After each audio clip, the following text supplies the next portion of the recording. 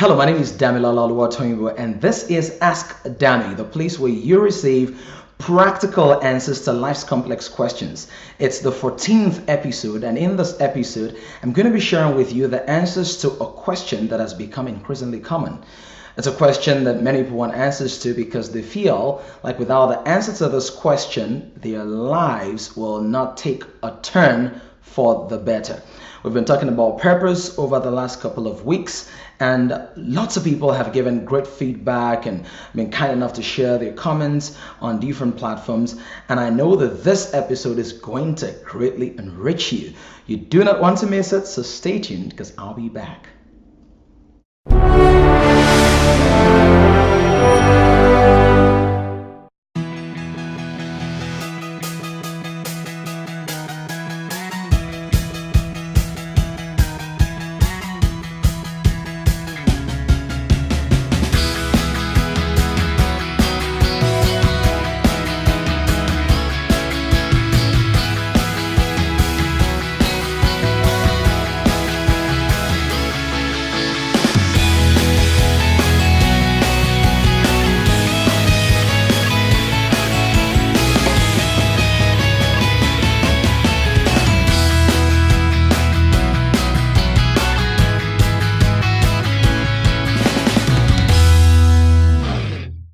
Welcome back.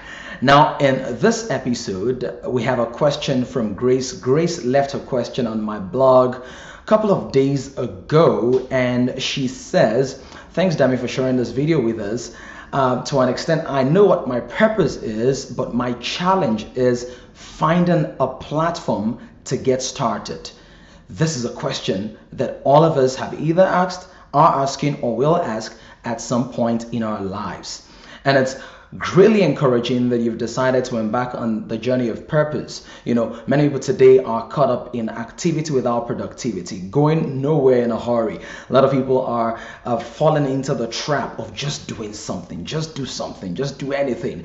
And whilst I'm an advocate for just do it, I believe that one of the key elements for effective action is clarity. Having that sense of clarity to be able to know where exactly you're going. So in answering this question, there are 3 points I'm going to share, and then I'm going to apply it from a story in the Bible and also give you examples from my own life.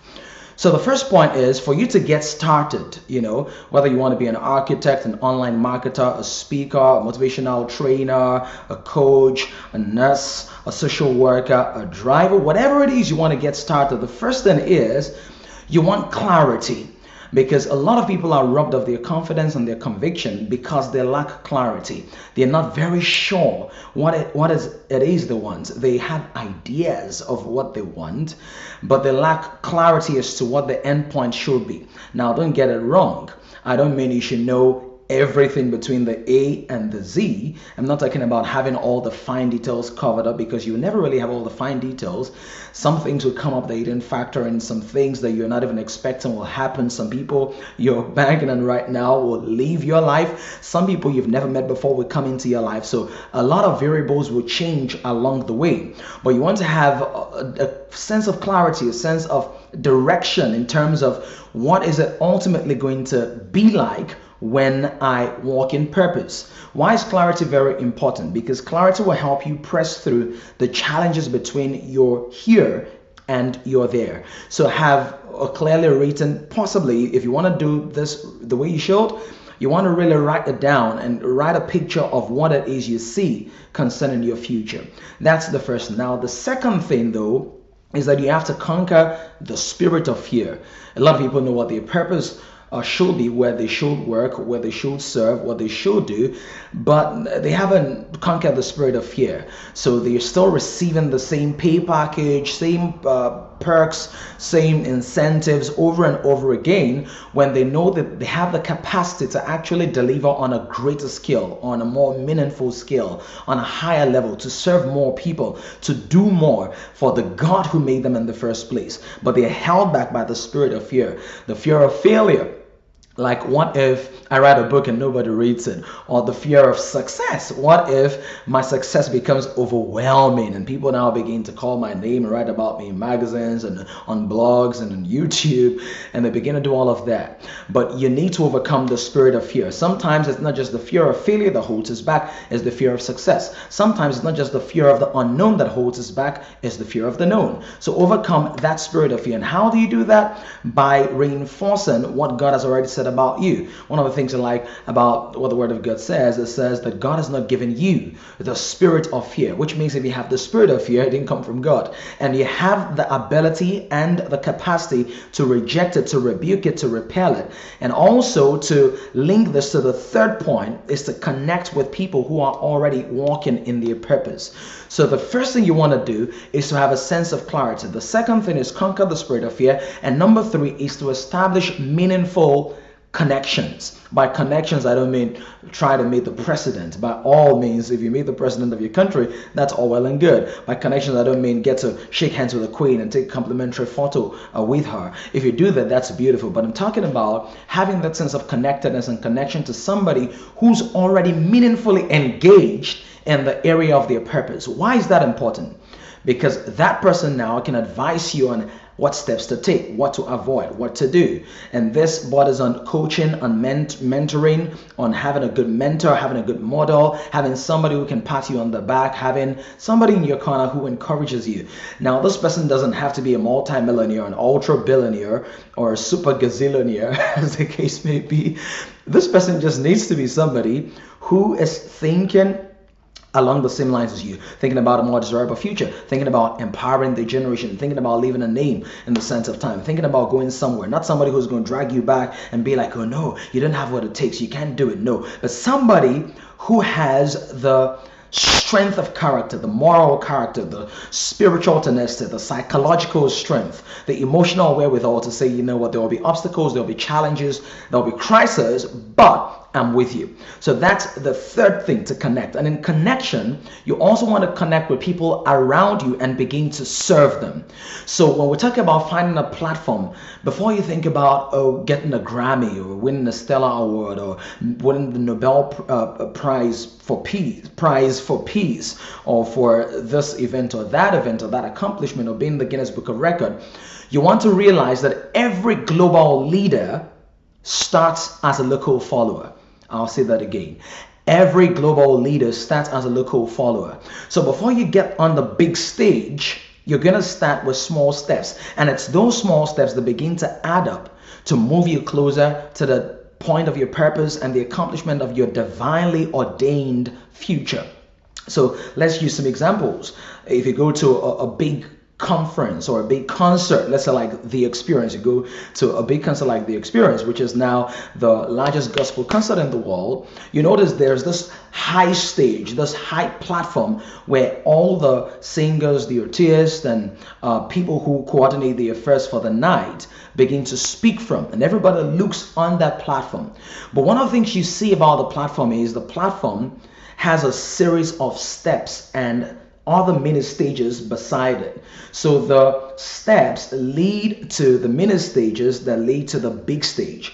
And the challenge many people have is they want to get on the big stage without taking any steps. For you to get on the big stage, you've got to take steps. So for you to be a best-selling author, you have to be the best writer for the first line. For you to be the best speaker, you have to learn how to speak to yourself first and be deeply convinced about the message you want to share. For you to be the best at anything, you have to be willing to stumble, to fall over and over again until you get to that place where your ability is refined. So let me give those two examples I promised to give much earlier. First of all, think about the story of David. And I know the story of David and Goliath is perhaps one of the most popular stories in many years now, from way back, thousands of years, even until now. And there's a book by, I believe it's Malcolm Gladwell, about David and Goliath, talking about the big and small syndrome and how it applies to the marketplace.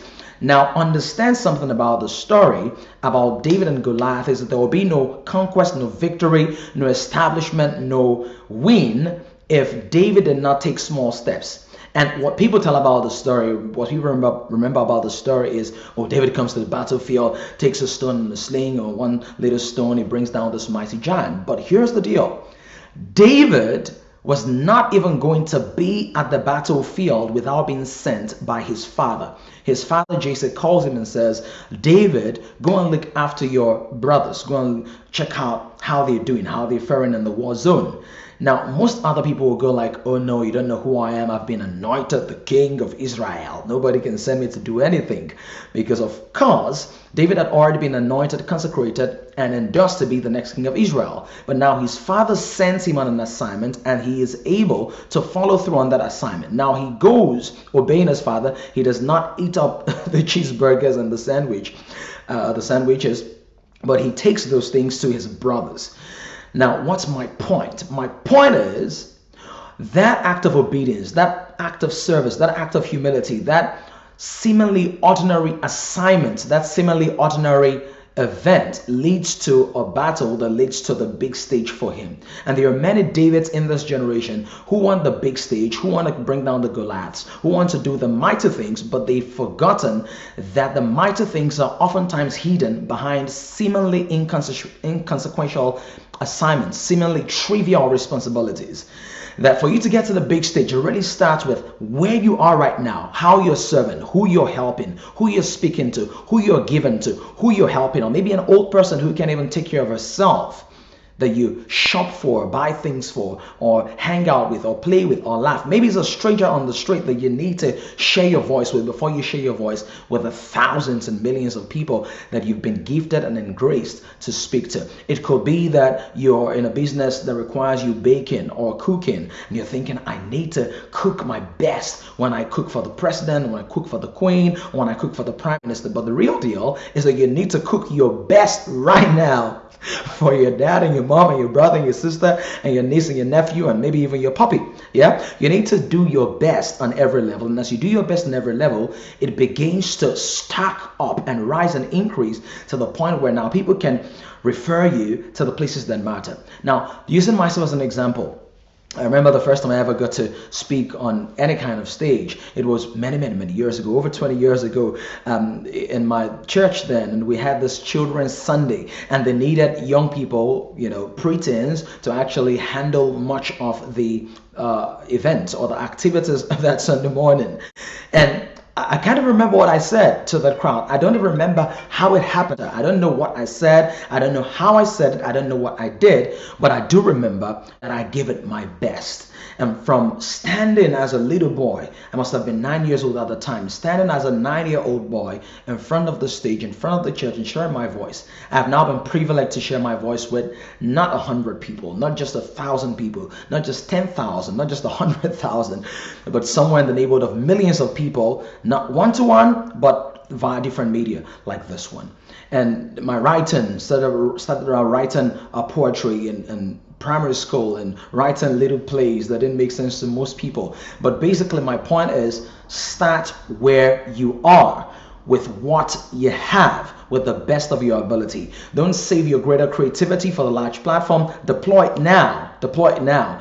And you discover that the more you give, the more you share, the greater the doors will open, the wider the doors will open, the more people will begin to drink from the fountain placed on the inside of you, and the more reward will come to you ultimately. I believe that this has helped you, Grace, and every other person who's watching and listening.